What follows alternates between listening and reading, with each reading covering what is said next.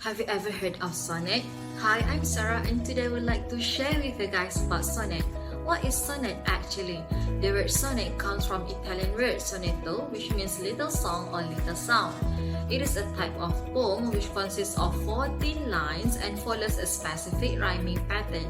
There are two most commonly written sonnet, which are Shakespearean sonnet, or sometimes we call it as Elizabethan, or English sonnet, and the other one is Petrarchan or Italian sonnet. However, we're just going to focus on Shakespearean sonnet as it is the easiest but also a complicated one. Unlike Petrarchan sonnet, who was named after the Italian poet Francesco Petrarch, Shakespearean sonnet was named after Shakespeare because it's the most famous writer of using this type of sonnet. There are three requirements which you need to follow in writing a sonnet. First, it has to follow a specific rhyming pattern called a rhyme scheme. Second, it's written in Imb Pentameter. Third, the content and its structure depend on who you're writing it for. First, a rhyme scheme. A sonnet consists of 14 lines and each line has 10 syllables. A Shakespearean sonnet has a rhyme scheme of A, B, A, B, C, D, C, D, E, F, E, F, G, G. As you can see on the screen, this is an example of a poem called A Sonnet for Earth by Tony Walsh. In the first stanza, could you see that the words at the end of each line rhymes with each other? For example, the word of the A lines, space and trace. The words of the B lines, worth and birth. They are rhyming with each other. Another example are desk and crust, star and afar.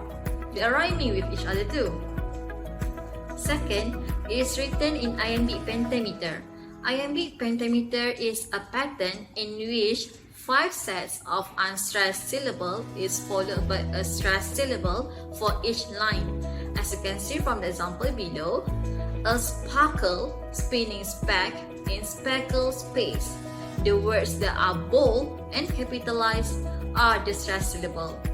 Lastly, the content and its structure. The content of a sonnet is often about praising someone or something. Thus, the first 8 lines will tell you about the subject. Like the example given, it tells about the earth and where it comes from. Just like our character Lisa, who likes to spend her time writing in the forest, often her subject revolves around Mother's nature as they become her inspiration. As for the structure, the first, second, and third stanza each consists 4 lines which we call as quatrain. The last 2 lines we call it as couplet. The first and second quatrain will tell you about the subject, while the third quatrain is an opportunity to say something more original or surprising about your subject.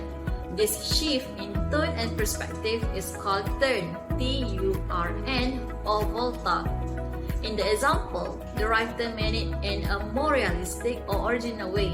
For example, like the earth is a place where we, living beings, reside in. The last 2 lines of couplet is where you give your final judgment on your subject. Is it good? Is it bad? You decide.